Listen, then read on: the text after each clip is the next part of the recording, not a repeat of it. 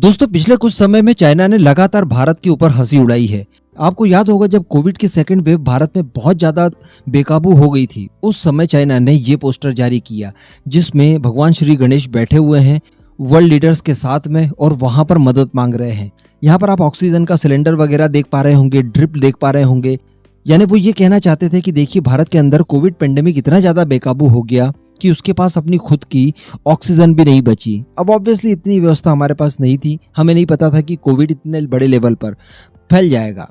इसके अलावा भी कई अनेकों मौके आए, जैसे कि एक बार चाइना ने रॉकेट लॉन्च किया था और उसने उसे कंपेयर किया था भारत के अंदर जलती हुई चिताओं से, जो कि कोविड पेंडेमिक के बाद सारा कुछ हुआ था। तो कहने का मतलब चाइना लगातार भारत के ऊपर हंसता रहा।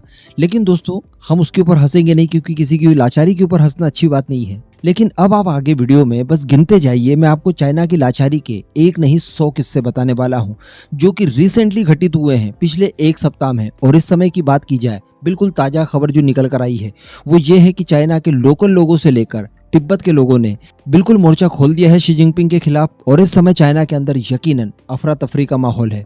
आगे आप बस वीडियो देखते रहिए, नीचे कमेंट बॉक्स में जय हिंद जरूर लिख दीजिएगा। तो दोस्तों सबसे पहले थोड़ा सा फ्लैशबैक में चले जाते हैं, पिछले एक सप्ताह में क्या क्या नुकसान हुआ है वो जानने के बाद हम लोग जानेंगे कि आज इस समय क्या हो रहा है चाइना के अंदर।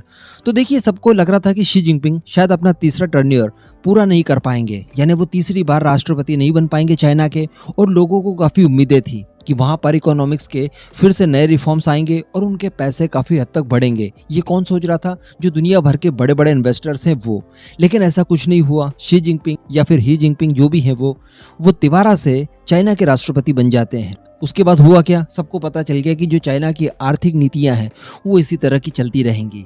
तो कहीं से कहीं तक इन्वेस्टर्स को फायदा होने की उम्मीद नहीं दिखाई दे रही थी। जिसके बाद हुआ ये कि लोगों ने, जो इन्वेस्टर्स थे, उन्होंने अपना पैसा चाइनीज मार्केट से वापस खींचना शुरू कर दिया। जो उन्होंने अलग अलग जगहों पर इन्वेस्टमेंट किए थे उन सारे पैसों को वापस खींच लिया। तो अभी रिसेंटली खबर निकल कर आई है कि अमेरिका के अंदर केवल जो चाइना के स्टॉक्स थे, चाइनीज कंपनीज के, एक्चुअली उनको कितना लॉस हुआ? $70 बिलियन का। ये आप आर्टिकल देख पा रहे होंगे। इसके अतिरिक्त अभी 6-7 दिनों पहले खबर निकल कर आई थी कि जो फॉरेन इन्वेस्टर्स थे जिन्होंने स्टॉक में पैसा लगाया था चाइनीज कंपनीज के, उनके अंदर भी खासा पैनिक बढ़ गया, क्योंकि शी जिनपिंग फिर से राष्ट्रपति बन गए और उन्होंने $2.5 बिलियन वहां से खींच लिए। उसके बाद यहाँ पर आप देख पा रहे हैं आर्टिकल में $45 बिलियन खींच लिए गए इन्वेस्टर्स के द्वारा। तो कहने का मतलब लगातार आप आर्थिक क्राइसिस देख पा रहे होंगे चाइना के अंदर। चाइना की जो विकास दर है वो भी भारत से कम रहने वाली है।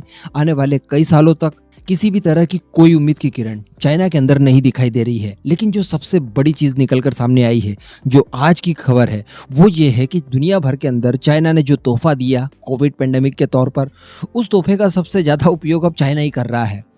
बताया जाता था कि चाइना के अंदर पूरी तरह से कंट्रोल में है कोविड। उसने सबसे पहले बताया जाता है कि वैक्सीन भी बना ली एंड वहाँ के लोग बहुत ज़्यादा डिसिप्लिन थे, तो इस वजह से उन्होंने कोविड को पूरी तरह से हरा दिया। ऊपर से शी जिनपिंग ने अपना नाम ऊंचा करने के लिए जीरो कोविड पॉलिसी भी बना दी, यानी एक भी कोविड का केस चाइना के अंदर नहीं होने चाहिए, इस तरह की पॉलिसीज उन्होंने बना दी। जिसके लिए क्या क्या अत्याचार हुए हैं वहाँ के आम लोगों के ऊपर, ये आप सभी लोगों ने मीडिया हाउसेज में अलग अलग जगह देखा ही होगा। लोगों के ऊपर भारी भरकम लॉकडाउन थोप दिए गए, यहाँ तक कि लोगों के घरों को बाहर से वेल्ड तक कर दिया गया। ये सारी खबरें हम लोग पिछले 2-3 सालों से सुन रहे हैं।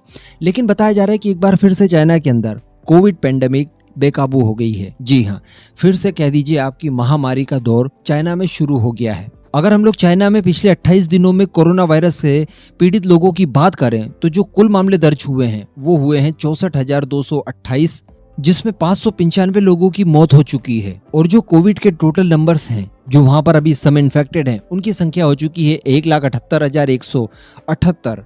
तो चूंकि एक भी केस वहां की सरकार को चाइना के अंदर नहीं चाहिए था, लेकिन अब तो वहां पर 2.25 लाख के लगभग हो गए हैं। तो डेफिनेटली इससे निजात लेने के लिए वहां पर लगाए गए हैं सख्त लॉकडाउन। और बताया जा रहा है कि कई सारे शहरों को लॉकडाउन की चपेट में झोंक दिया गया है। जो चाइना का सबसे मशहूर शहर यानी शंघाई है, वहां पर डिज्नीलैंड है, उस डिज्नीलैंड को भी बंद कर दिया गया है। ये आप इस समय फोटोज और वीडियोस देख पा रहे होंगे अपनी स्क्रीन पर। ये चाइना के लॉकडाउन की परेशानियां हैं जिससे जूझ रहे हैं चाइना के आम लोग। एक यूनिवर्सिटी की स्टडी के अनुसार केवल शंघाई शहर की बात की जाए तो पिछले 28 दिनों में टोटल 97 मामले नए वाले आए हैं कोविड के, और जो पुराने वाले थे, नए वाले थे, इन सभी के अंदर 595 मौतें हुई है। और अगर चाइना के सभी बड़े शहरों की बात की जाए तो इनमें से 200 प्लेसेस ऐसे हैं जहां पर सख्त लॉकडाउन घोषित किया गया है। यानी पूरा शहर तो लॉकडाउन नहीं किया गया, लेकिन शहरों में छोटे छोटे जो इलाके होते हैं, कॉलोनीज होते हैं, जोन होते हैं, उनके अंदर भारी भरकम लॉकडाउन लगा दिया गया है, जिनकी संख्या 200 है। अब ये सारे कारण रहे हैं कि चाइना के आम लोगों ने वहाँ की सरकार के खिलाफ जमकर विरोध करना शुरू कर दिया है। वैसे हम सभी जानते हैं कि चाइना में बड़ी बेरहमी से वहाँ के लोगों का विरोध दबा दिया जाता है, उनके फोटोज और वीडियोस बाहर निकल कर नहीं आते।